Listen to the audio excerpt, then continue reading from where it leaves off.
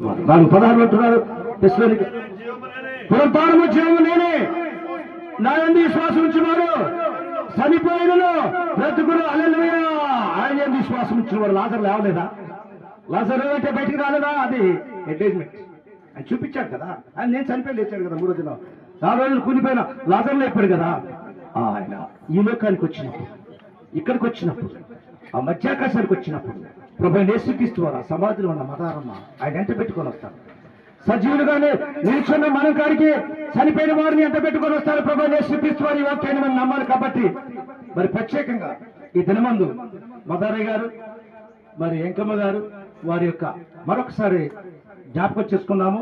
వారు చేసిన క్రియలు ఇక్కడే ఉన్నాయి, వారు చేసిన పనులు ఇక్కడే ఉన్నాయి. వారి యొక్క కన్నబిడ్డలు ఇక్కడే ఆపడుతున్నారు, వారి యొక్క కుమారులు ఇక్కడే ఆపడుతున్నారు, వారి మనములను ఆపడుతున్నారు, వారు చేసిన ఇంటి పైన ఆపడుతుంది. ఇవన్నీ కూడా జ్ఞాపకాలు ఆపడుతున్నాయి. క్రీస్తు ఏం చెప్పాడంటే అమ్మా 4 పదహారు అంటున్నారు పునరుద్ధానము జీవము నేనే, నా యందు విశ్వాసం ఉంచువాడు చనిపోయినను బ్రతుకులు హల్లెలూయా. ఆయన యందు విశ్వాసం ఉంచువాడు. లాజరు లేవలేదా? లాజరు అంటే బయటికి రాలేదా? అది అడ్వర్టైజ్మెంట్. ఆయన చూపించాడు కదా. ఆయన నేను చనిపోయి లేచాడు కదా 3వ దినం. 4 రోజులు కూలిపోయిన లాజరు లేపాడు కదా.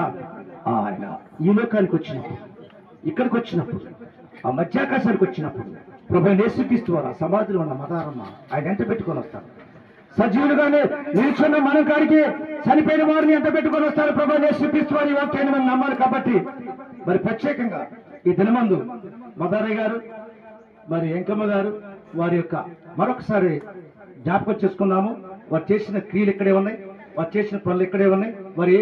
వారి యొక్క కన్నబిడ్డలు ఇక్కడే ఆపడుతున్నారు, వారి యొక్క కుమారులు ఇక్కడే ఆపడుతున్నారు, వారి మనములను ఆపడుతున్నారు, వారు చేసిన ఇంటి పైన ఆపడుతుంది. ఇవన్నీ కూడా జ్ఞాపకాలు ఆపడుతున్నాయి. క్రీస్తు ఏం చెప్పాడంటే అమ్మా